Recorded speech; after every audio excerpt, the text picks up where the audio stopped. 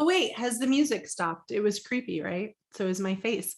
Welcome to the final countdown of What the Fuck is Cloud Native. Really excited to have you here. Please keep your energy up and going after that epic and yet slightly eerie DJ moment. And please welcome our final keynote, Sam Newman, who's going to pump it up. You got to pump it up. I mean, there's so many song lyrics today. I hope everyone enjoys it.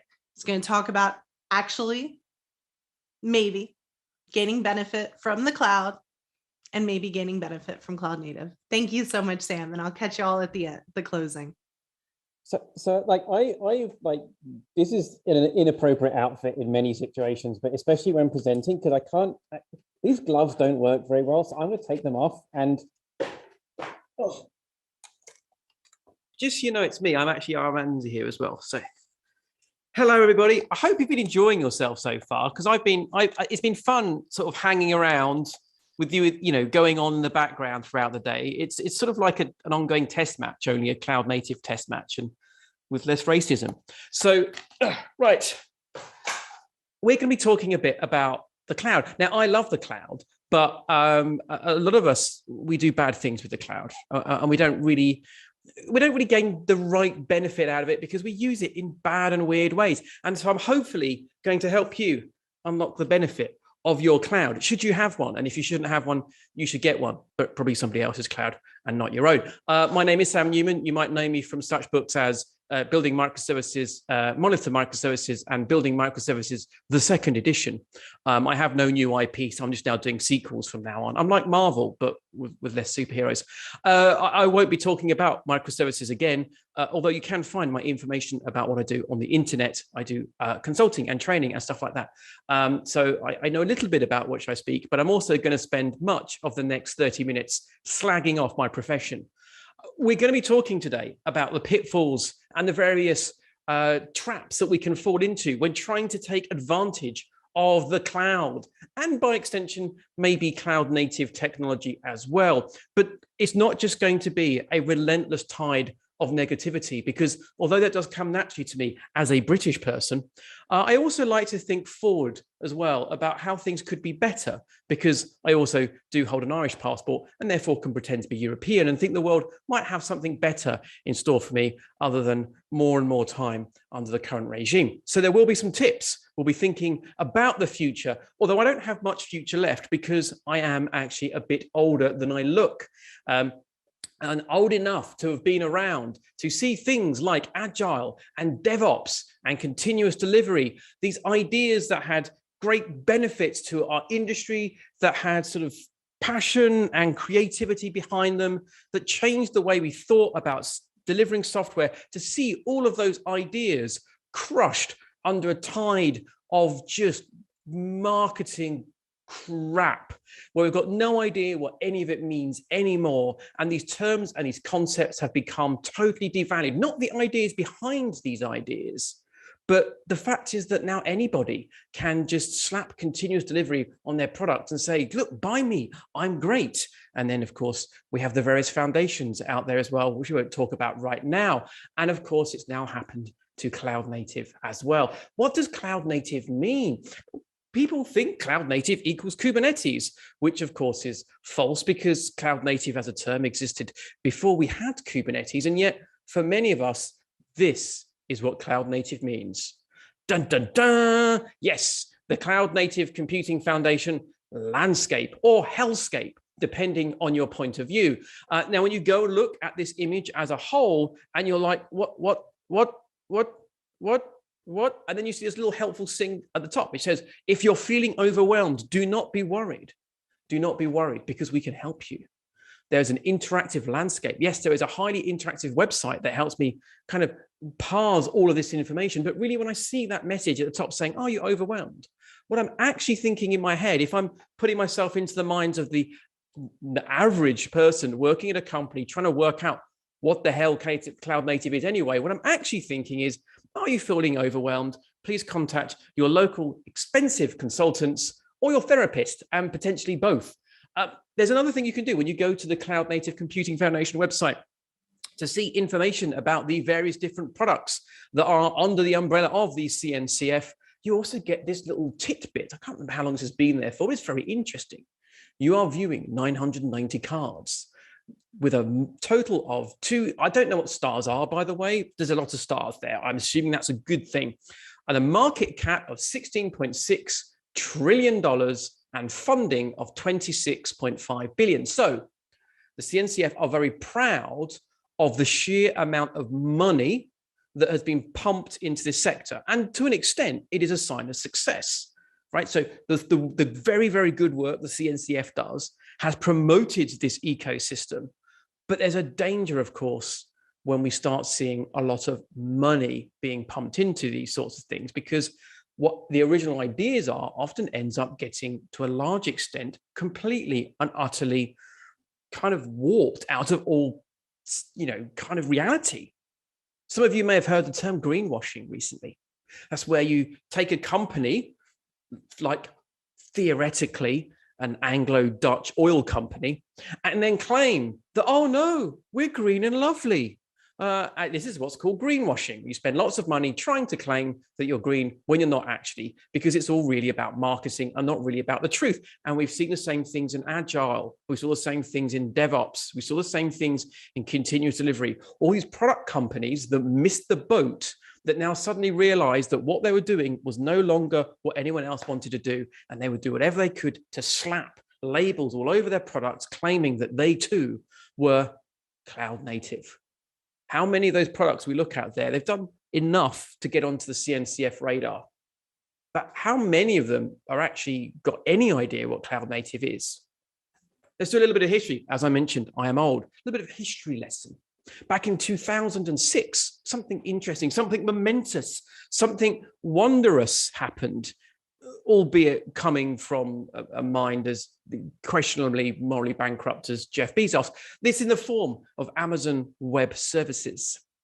Yes, the soon-to-be billionaire megalomaniac helped give birth to the public cloud through AWS. And Amazon Web Services was a public customer-facing product, which was sort of a version of what Amazon themselves were using internally. And when we saw AWS, and I was there with everyone else, and I went, holy crap, you can rent computers by the hour. Holy crap. Because a lot of my time at this point was being spent at companies trying to help them get better at getting software into production. And a lot of that time was doing things like, how do we do good test automation? I want to do some performance testing. And a lot of this was, we were often constrained around infrastructure. Trying to convince a company to spend money on production-like equipment to allow us to do testing and stuff like that, it just didn't even equate. They were used to hardware being a massive capital expenditure outlay, which needed project plans and budgetary approval, and normally at least 6 months head start. But suddenly there it was. Like Gandalf in one of those films, I can't remember the second one probably, when he comes down the hill with a big stick and it all glows. The shining beacon that was AWS said, don't worry, Sam, I've got you. You can have as many machines as you can afford to spin up. You can have them right now. And this was amazing. And also, I think we completely missed the point. Yeah, kind of renting machines, but we sort of already had that with virtualization. It wasn't a hop, skip, and a jump to imagine that somebody else could provide us to spin up, the ability to spin up managed VMs, right? And this is really all we had in the early days of AWS. This term is something you may have heard before, though. Undifferentiated heavy lifting. Amazon, when they first were pushing AWS, would talk a lot about the mindset behind AWS and the reason that they themselves created it for their own use. They organize themselves in these sort of product-oriented small teams that had a high degree of autonomy. The idea was that you kind of build, own, ship, and manage a product. The hope was that this would allow them to continue to grow the company without all the associated challenges of scale that come from traditional hierarchical organizations. So by having these sort of what they call the two pizza teams ideas, is you own and operate. You can act with a high degree of autonomy, just get stuff done. The problem was that to create a software-based product, there's a lot of other work that isn't sitting there writing code or developing that product specifically. For example, I've got to run that software somewhere. It's got to be on a machine. So do I have to now buy the machine? Do I now have to rack it up? And they realized that these teams were spending more and more time on this undifferentiated heavy lifting, doing busy work that was still difficult and was still hard, but that didn't really make a difference to what they did. Their ability to do this hard, busy work didn't make them better than anybody else or any of the competitors. So they wanted to create services inside Amazon that allowed them to offload this undifferentiated heavy lifting. And AWS is a version of what we got sold to us as a product, because Bezos knows how to make money. This was all about sort of saying, we want to empower teams to do things and get things done, but we need to help them do that. We need to take some of those heavy burdens off them. And in hindsight, although at the time, a lot of our focus was on, holy crap, I can rent machines per hour, really, it was about self-service. That is the thing. If you want to give teams autonomy and allow them to just get out of their way and get the job done, you give them access to a platform that allows them to self-service. And it's not just graphical self-service, it's also computational self-service. It is the API. And this is really the big thing that changed how we thought about engaging with, service companies. This isn't, you can talk about the budgetary shift from CapEx to OpEx and all those other things, but fundamentally this was about, we could now run a line of code and spin up as many machines as we could afford. And this was transformational at the time. And it is still transformational for many people, because many of you have the cloud, but kind of don't realize it. So a few years ago, I went up to the north of England, and it is a cold, desolate wasteland, bereft of any culture, but good beer. And I was up there chatting to a company, and they're all, I do this from time to time. I drop into to see different companies and chat to them about what they're doing, kind of like informal research visits. And actually, to be fair, I learned loads. And this was in Manchester, so I had a really good time. So hanging out, having chats with them, learning about what they're doing, some of the challenges that they were facing. And when I was talking to the developers, I said, what are the things that you think you could do? Or what are the things that you would like that would make you more productive, that would help maybe kick you into that next high gear you wanted to get to? This was a company that was striving to improve how it did software development. And so I said, what would be the next big thing for you that would really help you be more and more productive? And they said, well, I want the cloud. I want the cloud. At the moment, everything we do is manual. I'd love to have a proper cloud platform so I can get work done. So I went to talk to the boss, and the boss said, oh, yeah, we've got the cloud already. And I'm like, this is interesting. So I went back to developers and said, hi, developers. Apparently, you've already got the cloud. And developers were like, what? So it turned out they did have the cloud, but they also didn't have the cloud. This is how it worked. They had AWS. Sort of. If a developer wanted to do something like spin up a machine so they could do some testing, what they would do is they would type some data information into a Jira ticket. The Jira ticket would then be picked up by the system administrators. The system administrators would then go to the AWS console, click some buttons and spin up a machine. They would then paste the details of that machine into a Jira ticket and send it back to the developers. This is like having a high-speed performance car, sports car, like with a wheel clamp on it, right? This is like you've got all this power and you can't do anything with it. It's a bit dumb. And look, in this situation, I'm assuming that it wasn't the owner that put the wheel clamp on their own, Koenigsegg, but this is the equivalent of doing that to your own car. You have this amazingly powerful thing available to you, and you are purposely hamstringing yourself. I like cherry picking stats from time to time just to prove my own arguments are correct. This is one I quite like. This is actually a survey that was done at a Gartner conference on data centers. That was back in 2015, but like I say, it fits my worldview, so we're using it. This is to paint the picture. You're a customer of Gartner, and specifically, you're a customer of Gartner that wants to go to a conference about data centers. So the people going to this conference, I'm going to guess, are maybe not at the cutting edge of industry, right? These are probably people that we would typically refer to as maybe laggards. And they were talking in this survey about how most of their private cloud initiatives had fundamentally failed. And despite me being disparaging these people, they actually were quite insightful about the things that they did and why they didn't work. when they were trying to create cloud experiences for their customers, for their internal customers, their own, people that worked at their company, they failed over and over again. 95% of the people who responded to this volunteered the information that their private cloud wasn't working. And the vast majority of them cited issues like, we're focusing on the wrong things. We were using the cloud to focus on cost savings, not, going fast. We weren't changing how funding was done. We weren't changing the operational models. And I think above all, cutting across all of this, was they weren't changing the culture around how these things were used. But this is our first pitfall, though. If you're going to make use of the cloud or a platform or whatever it is, you have to enable self-service. Self-service is table stakes for this stuff. The problem, of course, why do people often not allow for self-service? It's because you don't trust your people.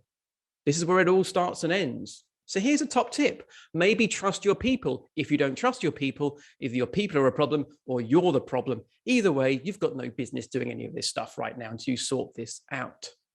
You need to trust your people to do the job that you've hired them to do. The power of the cloud wasn't about rental. It was about empowerment. It was about giving us tools that allow us to get the job done. The challenge, of course, in traditional IT structures is that we were very siloed in our nature. We had devs in one team, QAs in a different team, DBAs in another team, ops teams elsewhere. And this was all driven very much by old-fashioned Taylorism, right? This idea that we can just break tasks down into discrete little chunks and that we can reduce how much information you need to know so that we can make you, the developer, the sysadmin, the tester, the perfect replaceable, fungible piece of automaton. And we know that doesn't actually work.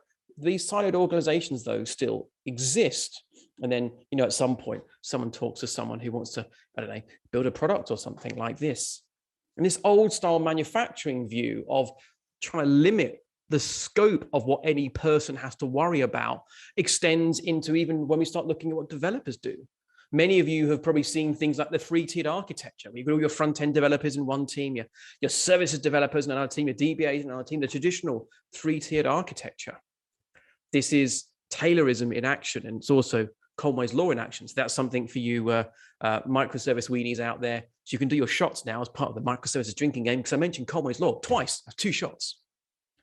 These teams where we group people based on your core competency, you have one skill, you're on a team with that one skill, you do that job. You're a front-end developer, make that development front-endy. I want it with like corners and like round bits, and I want that red. That's your job. Shut up and stay in your box. This type of mindset around how we organize our team is what Sriram Narayan calls activity-oriented. We are grouping people and we are charging those teams with carrying out some repeatable activity. Your job as a DBA is to write DBA code. Your job as a front-end developer is to make a shiny front end. Nobody here is actually focused thinking about the outcomes of the software we're trying to build. No one's thinking really here about holistically, what does our customer need? Because everybody is operating in these weird silos. So there's a lovely post that Sriram wrote about this over on Martin Fowler's website. And Martin doesn't generally say this is a bad idea, but he has decided to categorize the concept of activity-oriented teams as being bad things. And so we have team topologies. Team topologies comes along and it starts to give us an ontology, a set of terms to talk about the things that new types of companies are doing in terms of how we think about software delivery. And I'm hoping many of you saw Manuel's talk earlier. And we're shifting really from this idea of siloed teams, which are focused on one discrete activity, and moving instead towards the concept of the streamlined teams. Teams focused on a valuable stream of work, long-lived teams typically as well. And your scope of what you're working on, it spans across these layers now. You're not just thinking about, oh, I'm doing some DBA code. No, you're thinking as a team collectively, we own stock management, we own the purchase flow, we own promotions, whatever promotions might be. And as part of that, we also want these teams, these streamlined teams, to have full ownership of their assets so they can have control over the work that they're doing. Because if we're going to empower teams to drive their product forward, they also need to be able to get things done without constantly having to coordinate with other people. But what about all that undifferentiated heavy lifting? If we're saying one team is supposed to own delivery end to end of their software, to own their product, there's a lot of other work that needs to be done. But don't worry, Team Topologies talks to us then about the idea of the enabling team, creating teams whose job it is to enable other people in terms of getting their job done. So we've got architecture functions, design, security, and very importantly, the platform. I very firmly view the platform as a type of enabling team, albeit a type of enabling team that we get wrong so often. This is often where we make our biggest mistakes. For many of us, this is where the cloud sits. And we kid ourselves that it's okay, I've got a platform and all will be well. Another journey down memory lane and another story about AWS. I found myself purely by accident working with AWS in 2008, 2009 to help them kind of create training courses. And they'd never done this before. And I remember having a chat with them with my colleague at the time, Nick Hines, and they'd said, look, our view about what we provide is that we are like a utility. We just sell electricity. That's our job. That's what we do. The problem was, of course, as we told them, you might just be selling electricity, but a lot of people are getting electrocuted. Do you like that? Do you like your customers constantly getting electrocuted? Because after a while, they're going to start blaming you. Now, of course, the world has moved on. AWS has a huge variety of training courses, both things they offer and also third-party things, because they've recognized that they need to help people use their stuff well if they're going to have customers in the future. And this is one of the next pitfalls that we see. Having cool tools is not enough unless you have people that can actually help you use them.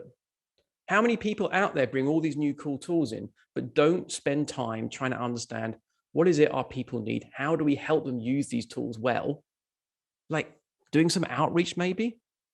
If you're working on a platform or you have a platform internally, it's not just about building the platform, it's about enablement. Do your team do any outreach? Or do your team sit in the corner? Do you go and work with developers and ask them what they need? Do you give them training?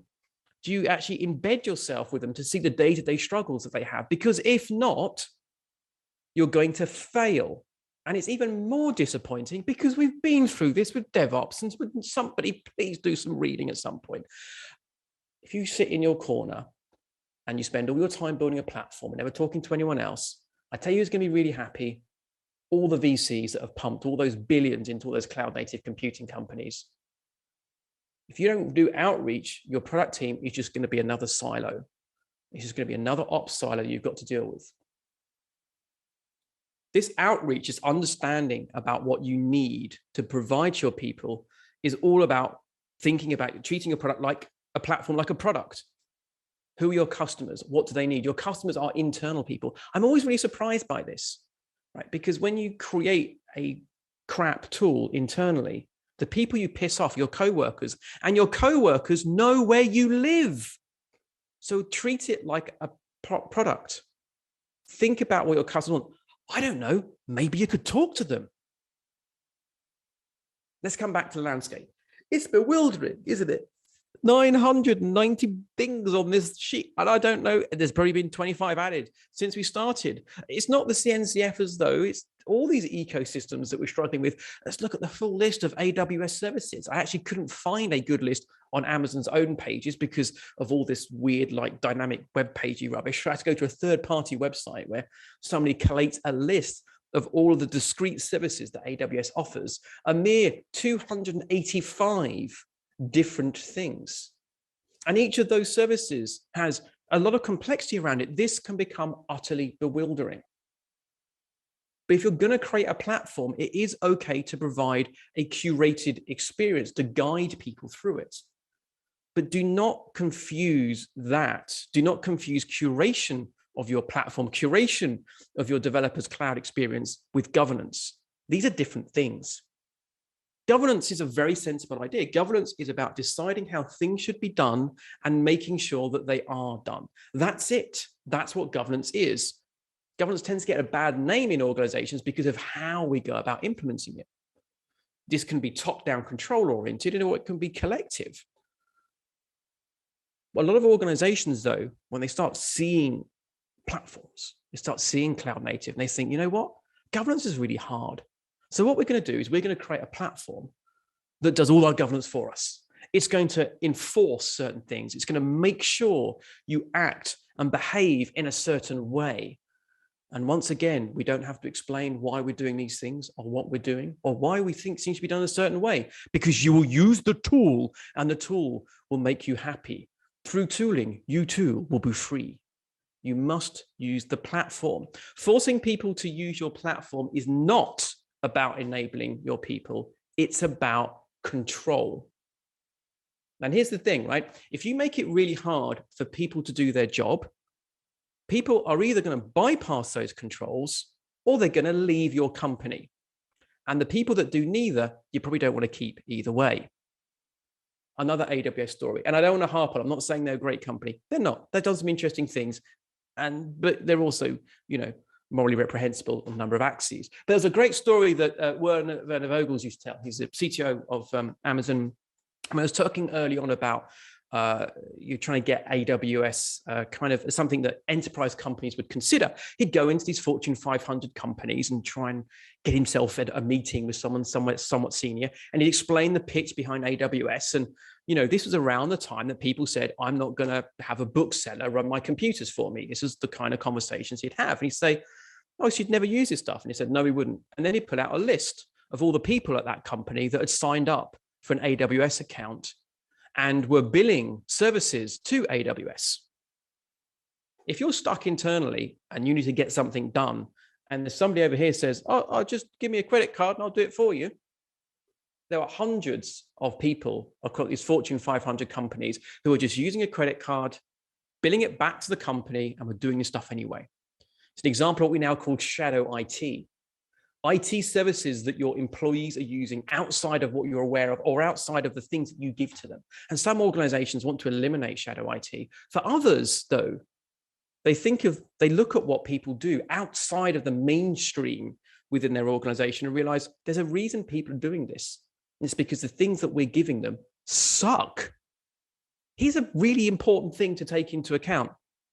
If you've got people inside your organization that are driven enough to want to get the job done despite the shitty controls you put in place, and as a result have put extra work into bypassing your corporate controls, you want to keep them because they're motivated, right? You probably want to reward them, in fact. If you're creating such a crappy ecosystem of your people that they're looking to bypass the controls you put in place, you've got to look at yourselves, not what they're doing. I'd be more worried about the people that are just sitting there and taking it because they're like, don't want to keep those people around. If you're going to put restrictions in what people can do, you need to be very clear about how things should be done and why things should be done in a certain way. You need to explain things, give them a rationale, because otherwise people are not going to understand why these arbitrary constraints are put into place. What you want to do is spend the time and energy to explain why you want things done in a certain way, and then make it as easy as possible to do the right thing. This is the paved road mindset, right? The idea of the paved road, when you're thinking about platform design, is you want to make the easy things the right things. You want to give people a paved road that they can walk along. Say, look, we would like you to do things in this way. And if you follow this road, all the right things are going to be done for you automatically. You're going to have, mutual TLS. You're going to run in the right data centers. And it's a lovely road. And we put a lot of effort into it, but please let us know if it's not the right road for you. But if you decide that road isn't right for you, look, there are woods either side. Feel free to go make your own path. There's going to be things we're going to need you to do if you go off the beaten track. But that's okay. We'll let you know what they are. And now the burden comes on you to find your own path. But the paved road is there. Providing a paved road is sensible. This gives you some guidance. You see different companies do some really cool stuff in this area. They talk about what needs to be done, but they give you guidance in how to do those things. And I'm sure some of you have seen Sarah Wells talk about this previously. At the Financial Times, for example, they talk about these are the things that your product needs to do, your service needs to do. And they give you tooling to say, are you doing them? And then they give you guidance in how to fix those issues. This is a lovely paved road. This is another tip that came from Manuel's talk. that really speaks to this idea of making the platform easier to use. And this is also where a lot of organizations that see the platform as a tool of command and control, you need to make the platform optional. The moment you say that everybody has to use the platform, that everyone has to use this thing, you immediately stop caring about making that platform easy to use. It goes from being about enablement back to being about control and about restrictions. The platform should be the best way to do things. But if teams have a valid reason to do something else, then that should be up to them. By making the platform and use of the platform optional, it means the owners of the platform are going to be focused on ease of use. They're going to go and find out why are people not using it. It also allows for people to use alternative solutions where warranted.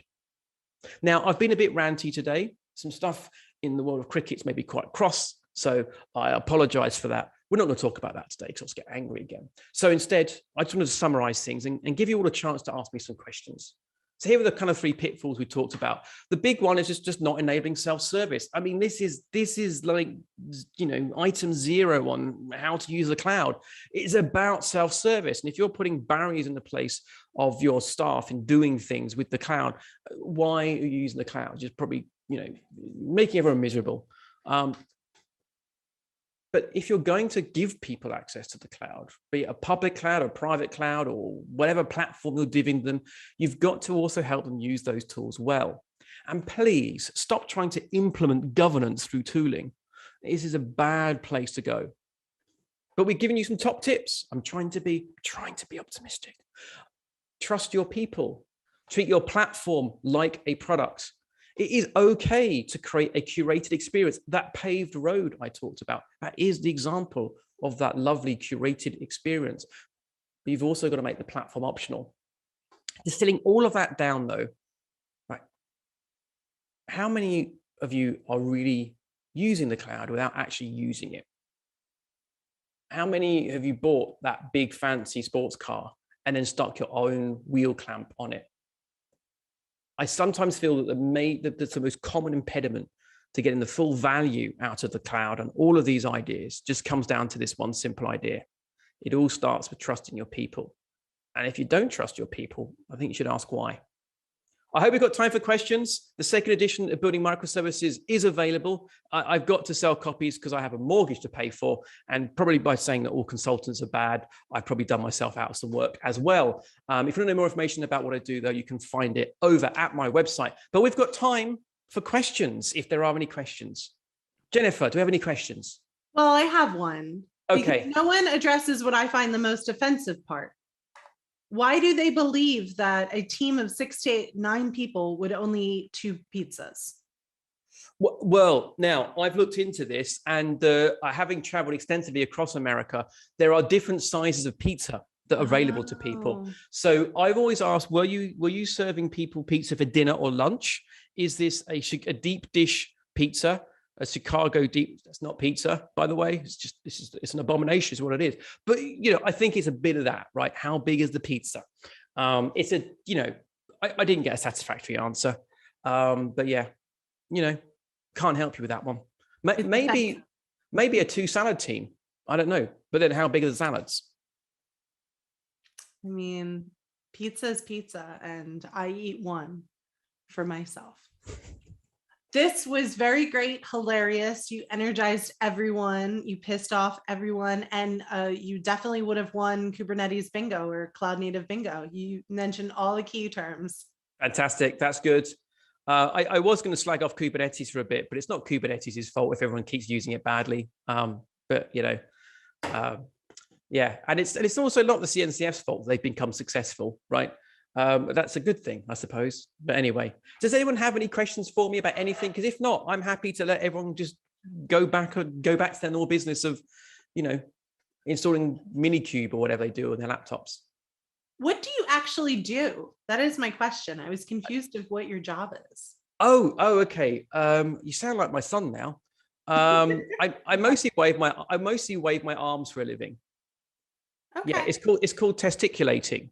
Waving my hands around while talking bollocks. That's what I do. So when I'm not writing, I do consulting. I actually do consulting. I mostly, people say, Sam, can you help me use microservices? And I say, sure. And then we chat and I say, don't do microservices. And then sometimes I listen. And then that's mostly what I do.